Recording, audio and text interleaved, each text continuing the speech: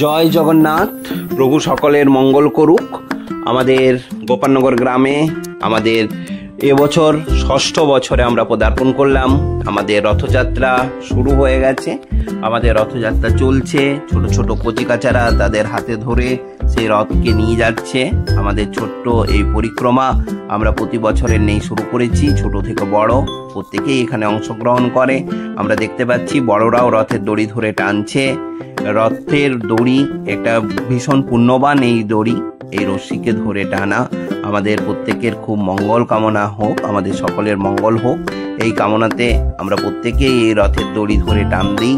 ছোট থেকে বড় প্রত্যেকেই হাতে হাত মিলিয়ে পায়ে পা মিলিয়ে আমাদের ছোট্ট রথটি এগিয়ে চলেছে।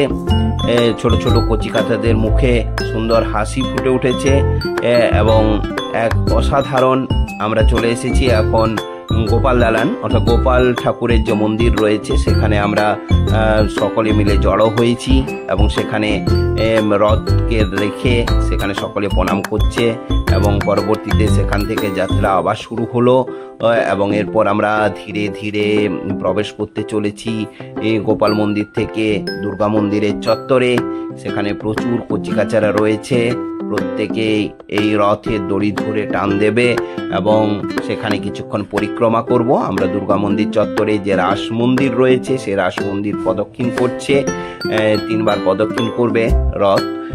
সুতরাং বাচ্চারা দড়ি ধরে সকলে প্রণাম করছে, নিজ নিজ ভক্তি প্রদান করছে সেখানে। এরপর এই ভক্তি সাগরে সবাই প্রণাম করছে বাচ্চারা। আবার চলে গেল। আবার আমরা দেখতে পাচ্ছি সামনে আমাদের দুর্গা মন্দির রয়েছে, যেটা সংস্কার হয়েছে কিছুদিন আগে, আমরা ভিডিওর মাধ্যমে দেখিয়েছিলাম। সেখানে আজকে গেট বসে গেল এবং কাজ চলছে, পুরো দমে এখানে কাজ চলছে। পরবর্তীতে রথ আমাদের 3 বার পরিক্রমা সম্পন্ন করে এগিয়ে চলেছে আবার রাস্তা ধরে। আমাদের রথ চলছে এবং রাস্তাতে রথ সুন্দরভাবে চলছে। কচিকাচারা তাদের দড়ি ধরে টান দিয়ে শ্রীকৃষ্ণ অর্থাৎ জগন্নাথ, বলরাম এবং সুভদ্রা এই 3 মূর্তি, যেটা আমরা রথ বলে জানি, সেই জগন্নাথ দেবের মূর্তি সহ তাদেরকে নিয়ে চলেছে এবং দড়ি ধরে এখানে আরও অনেক কচিকাচারা যোগদান দিয়েছে।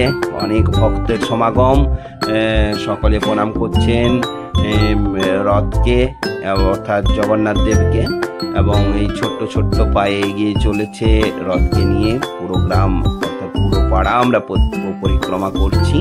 পুরো ব্রাহ্মণপাড়া পরিক্রমা সম্পন্ন করে রথ আবার বাড়ির মধ্যে প্রবেশ করছে। সকলের ভীষণ আনন্দ, ঝাঁঝ ঘণ্টা বাজিয়ে রথকে নিয়ে আসা হলো এবং এসে আবার মন্দিরের কাছে অর্থাৎ যেখানে তুলসী মঞ্চ রয়েছে সেখানে রথ কিন্তু দাঁড়িয়ে গেছে। প্রত্যেক ছোট ছোট ভক্তবৃন্দ তারা প্রত্যেকে ঠাকুরের প্রতি নমস্কার জানাচ্ছে অর্থাৎ প্রণাম জানাচ্ছে তারা তাদের এই ভক্তিতে।